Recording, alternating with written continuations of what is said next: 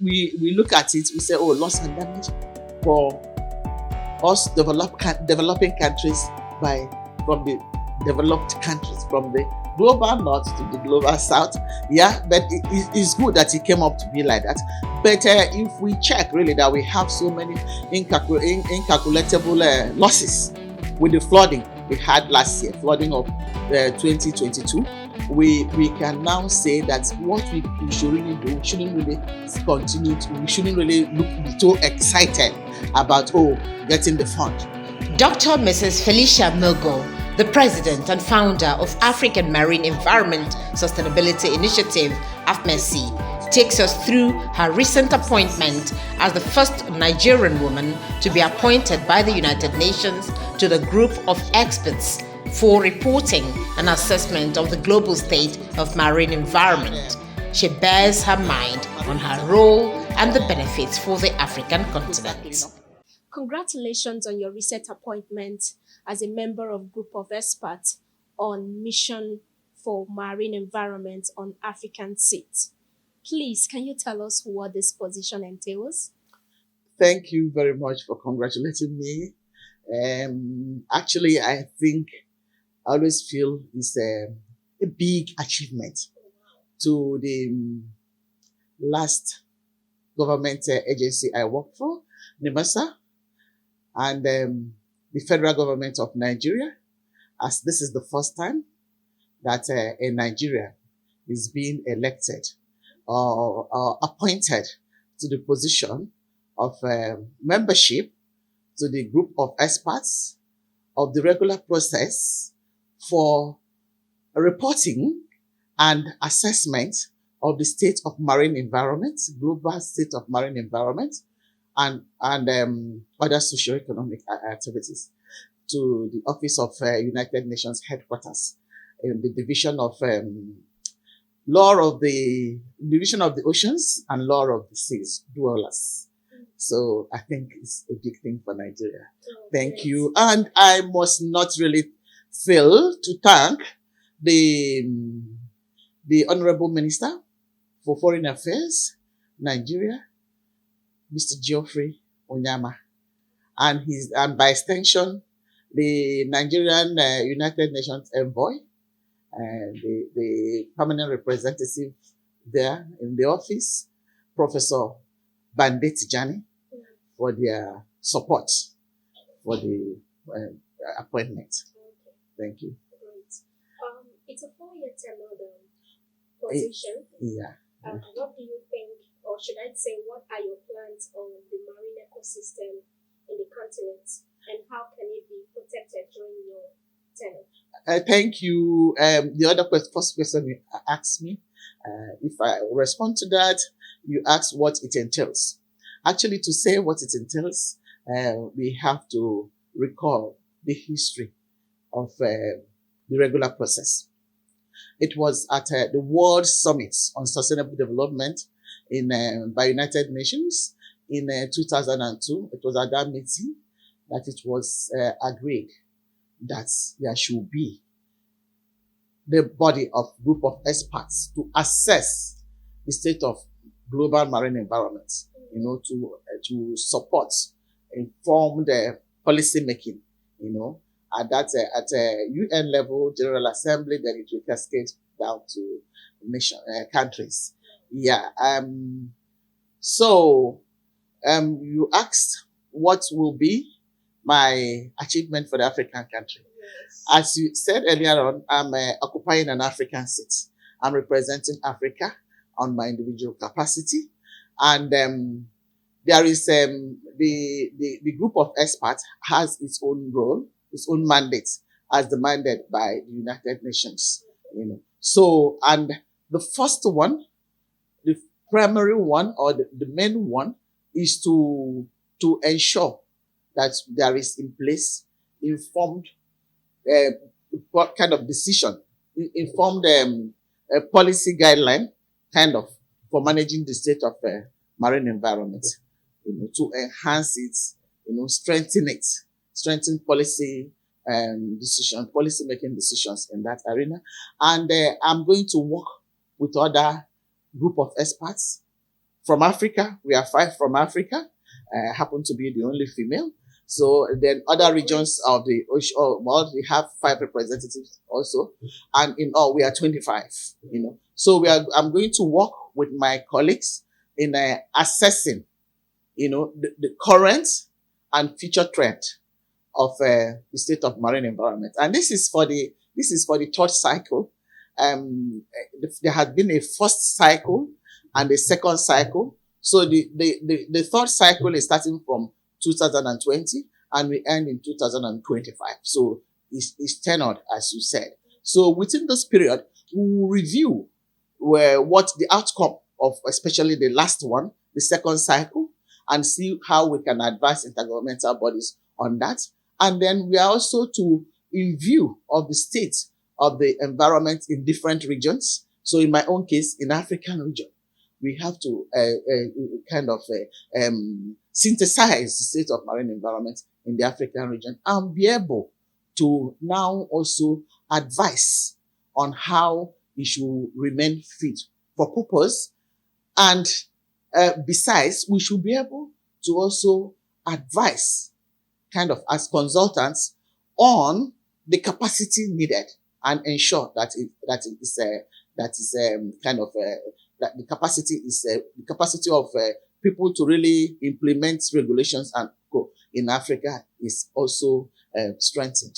Yeah, so the African region will also benefit from the opportunities, the capacity building, and the assessment results that will enable policymakers to direct further, and also technocrats to really see that the state is in its the marine environment is in its best state for optimal utilization or optimal benefit in view of the resources we have at the sea.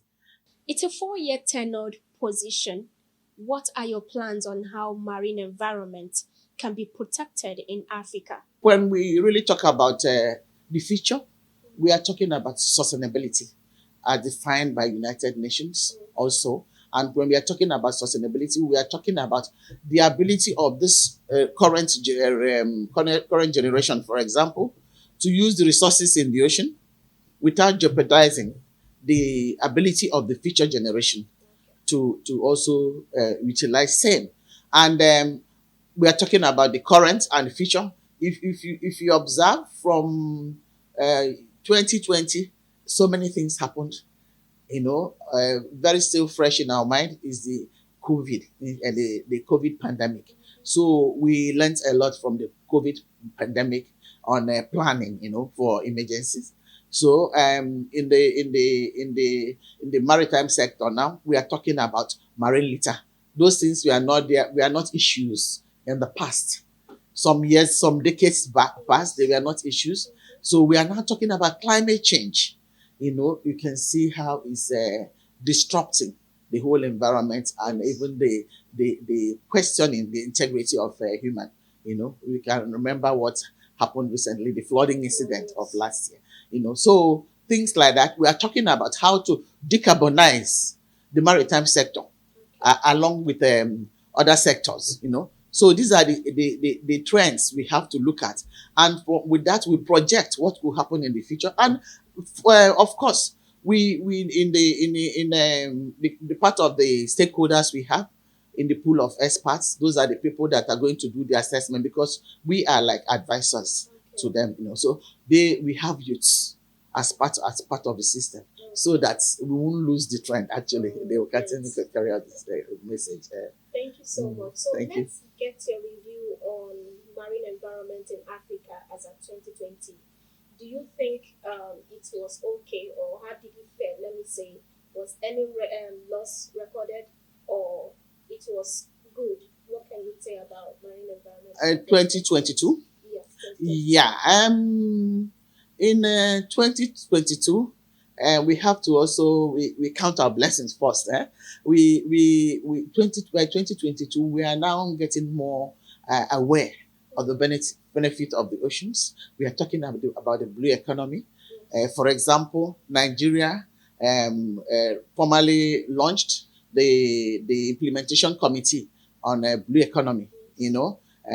So expanded committee on implementation of blue economic, which is chaired by the vice president of the federation, Professor Yomi Oshibanjo, and supported by the honorable minister of transportation, Mr. Alaji Sambo. So, and we now have stakeholders that are involved, and we've already checked kind of, the benefits we have, the resources we have, and we now also identify the critical success factors. That's how many countries in Africa have done. I've also tried to do, but in Nigeria, that happened last year. And the African Union continues to popularize, because African Union, it was during the pandemic that they were trying to bring up the importance of the strategic document they developed on marine environment. So that was also, heightened in 2022. And at the African Union again, the AU-IBA, the International Bureau for Animal Resources, which is the body responsible for blue economy implementation, also had so many workshops on how to include women in fisheries, how to do special planning. And it happened that our organization, the African Marine Environment Sustainability Initiative, AFMESI, is part of that. So we were there. And one major thing happened, COP 27, Yes. Conference of Parties on Climate Change. Yes. For the first time, Africa hosted COP, and that's why it's called African COP. And it brought so many things to bear. It's kind of still gets our political class more interested in issues of the marine environment, and researchers and co. So Africa was really, really up there in trying to position itself, to tap from the resources of the ocean and also manage the environment. You may also recall that at the end of the COP, one major takeaway was the establishment of the loss and damage fund, but we look at it, we say, oh, loss and damage for us developing countries, from the developed countries, from the global north to the global south. Yeah, but it's good that it came up to be like that. But if we check really that we have so many incalculatable losses with the flooding we had last year, flooding of 2022, we can now say that what we should really do, we shouldn't really we shouldn't really be too excited about, getting the fund. What we should do is that we should step down on that decision and then see how we can now take into consideration our local circumstances to be able to manage our environment. That's why on our own part, the African Marine Environment Sustainability Initiative, AFMESI, we carried out two major activities. We had on marine litter, we did coastal cleanup, and had opportunity to stay with the coastal communities to really tell them that climate change is a reality. It's not anybody fighting you. It's not any home trouble. You get what I mean? So that they have to be prepared, because it's very, very important that we get prepared. So we did that. And after that, we also had a roundtable discussion on the impact of flooding in Africa in 2022. We got speakers from all over Africa, So, and at the end of the day, we discovered that our main problem is that there is no preparedness. You understand? So that's why it said that in the event of any calamity, the unprepared will suffer it most. We don't have data. We need data. Though efforts are being made around all over, we need data so that we'll be able to predict trends, so that we can now alert, this is the time to move. Just like we see it in some cases where when hurricane occurs in America also, they will give them, from this place, can you move? So when we are strong on that, it will really be good. So we actually did that with in partnership with two organizations in the United States. One is Climate Strong Action Initiative and Ocean Foundation all in Washington, D.C. So we are hoping to build on that this year. So many things happened. Again, we have the Calabar Protocol. The Calabar Protocol of the Abidjan Convention Secretariat. The Abidjan Convention Secretariat, as you know, is the regional body of the United Nations Environment Program that is responsible for taking care of the coastal and marine environment of West and Central Africa. So the Calabar Protocol came up last year, and Calabar Protocol is all about protection of the mangrove. And mangrove is very, very important. If we're able to protect our mangrove, it can even help us to also have a condition that can have carbon sink, and it will also prevent erosion. Things happened. The IMO Secretary General also came to Nigeria. And the IMO, International Maritime Organization, for example, getting in as Nigeria is a part of Africa, and very, very, very, very important when you're talking about maritime. So they're getting more interested in conversations that concern Africa. We are talking about decarbonization. Last year too, for example, Nigeria and so many other African countries, we are coming up with strategies of decarbonizing the maritime sector. So many things happened. And for us at AFMESI too, that last year, because AFMESI is a Pan-African organization, and we are understood as such, even in African Union, and also International Maritime Organization. And International Maritime Organization made our organization, NGO, African Marine Environment Sustainability Initiative, AFMESI, as one of the strategic partners for Glolita. That is it's an outfit set to manage a litter. And very soon we are talking with other stakeholders, all those who are benefits from last year that we are going to carry over to, we are going to work on. But process, yeah.